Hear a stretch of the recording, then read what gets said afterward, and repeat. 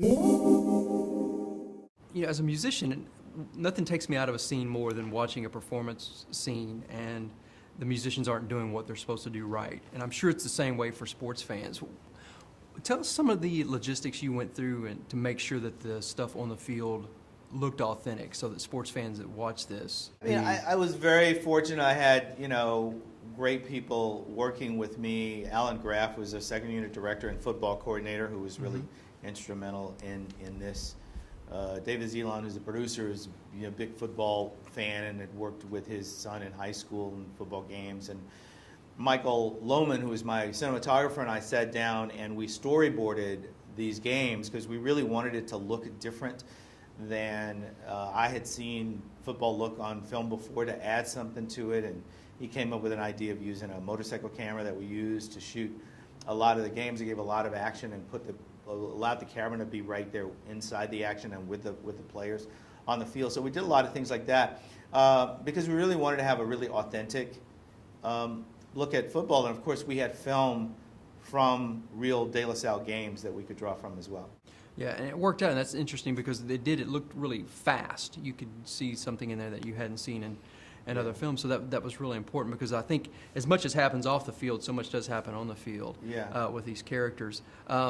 Another interesting piece, and you see this in films like this, the father who's the guy that's just beating his kid down all the time. How careful do you have to be directing characters like that? Because when they go back and watch, they don't want to go like, I'm not that douche. We do have to be careful, and we do have a father who's very, very controlling of his kid in the film. It's an honest thing because it still goes on. Honestly, it's not a new thing. We've seen it before. I wanted to be authentic about it. I wanted the performances to be real and to be honest about it. But it's also, it's told in a very bold way in this movie. I mean, we're not, we don't sort of pull back from that kind of emotional explosion in the film. And it's always tricky because you don't want to go overboard. You just want it to be believable. And I think if people believe those characters, then we've done our job. And when we stop having those parents, I guess we'll stop having them in movies. Now Jim Caviezel does a great job in this, obviously.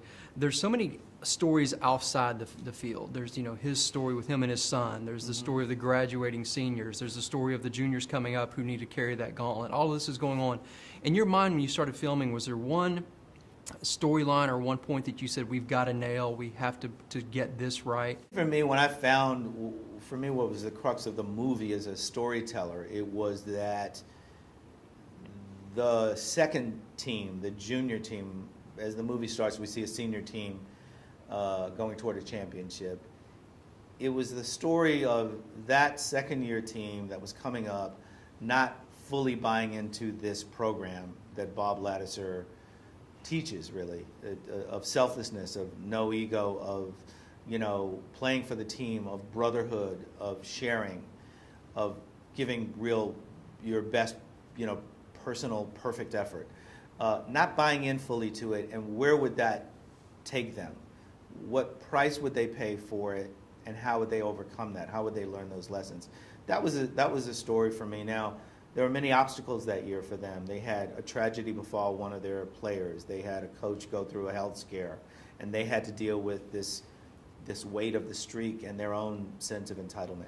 So that was the crux of it. It's a challenging movie, and was challenging for me because we do have a lot of characters and we have a lot of story. And I think the movie doesn't start the way a traditional movie starts. It doesn't start with that story being like absolutely clear where the movie's going in the beginning of the film. And I know that's challenging, but I think there's some really compelling scenes and compelling characters that I was able to put in the movie because of that. And so that was always a tricky balance for me as a director.